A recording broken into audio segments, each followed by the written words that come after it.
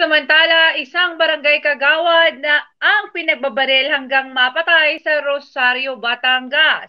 Kinilala ang biktima na si Ismael Rosales, 50 years old at isa ring negosyante.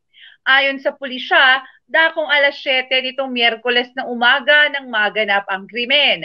Nakikipag-usap umano ang biktima sa kanyang tsuhin sa harap ng tindahan nito nang dumating ang suspect at pinagbabaril si Rosales.